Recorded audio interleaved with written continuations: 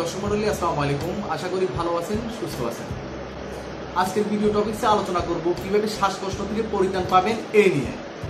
শ্বাসকষ্ট বিভিন্ন কারণে হয়ে থাকে, যেমন ঠান্ডাজনিত সমস্যা, অ্যাজমা, অ্যালার্জি, সিওপিডি অর্থাৎ ক্রনিক অবস্ট্রাকটিভ পালমোনারি ডিজিজ, মানসিক বিষণ্ণতা, দুশ্চিন্তা, ক্লান্তি ইত্যাদি। যারা দীর্ঘদিন ধরে শ্বাসকষ্টজনিত সমস্যার কারণে ওষুধ খাচ্ছেন, ভালো হচ্ছে না, তারা এই ব্যায়ামগুলো করতে পারেন। আর যাদের শ্বাসকষ্ট সমস্যা নেই, তারাও এই ব্যায়ামগুলো করতে পারেন, যেন ভবিষ্যতে শ্বাসকষ্ট না হয়। এই ব্যায়ামটি করার মাধ্যমে আপনাদের লাংকে অক্সিজেন সমৃদ্ধ ব্লাড সরবরাহ হবে। এরই মাধ্যমে ফুসফুসের কার্যক্ষমতা বাড়বে এবং শ্বাস প্রশ্বাসজনিত কষ্ট থেকে অনেকাংশে মুক্তি পাবেন। যখনই আপনাদের শ্বাস প্রশ্বাসজনিত কোনো সমস্যা হবে, সাথে সাথে বসে যাবেন। আপনাদের শোল্ডারকে রিল্যাক্স করে রাখবেন, রেখে দুই চোখ বন্ধ করে নাক দিয়ে 3 সেকেন্ড ধরে নিঃশ্বাস টানবেন এবং মুখ দিয়ে 3 সেকেন্ড ধরে নিঃশ্বাস ছেড়ে দিবেন। প্রথমে এভাবে বসবেন, বসে শোল্ডারটাকে রিল্যাক্স রাখবেন, চোখটা বন্ধ করে নাক দিয়ে নিঃশ্বাস টানবেন 3 সেকেন্ড ধরে, আর মুখ দিয়ে ছাড়বেন 3 সেকেন্ড ধরে।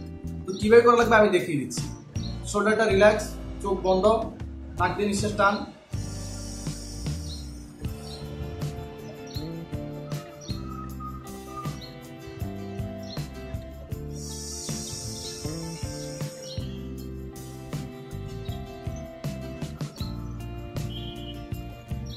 তো বন্ধুরা, এই ব্যায়ামটি আপনারা নিয়মিত করেন। এই ব্যায়ামটি করার মাধ্যমে আপনাদের শ্বাস প্রশ্বাসজনিত সমস্যা অনেকাংশে দূর হবে আর আমাদের লাংয়ের কার্যক্ষমতা অনেকাংশে বাড়বে। ভিডিওটি যদি ভালো লাগে লাইক দিন, শেয়ার করুন, আমাদের চ্যানেলটিকে অবশ্যই সাবস্ক্রাইব করে নেন।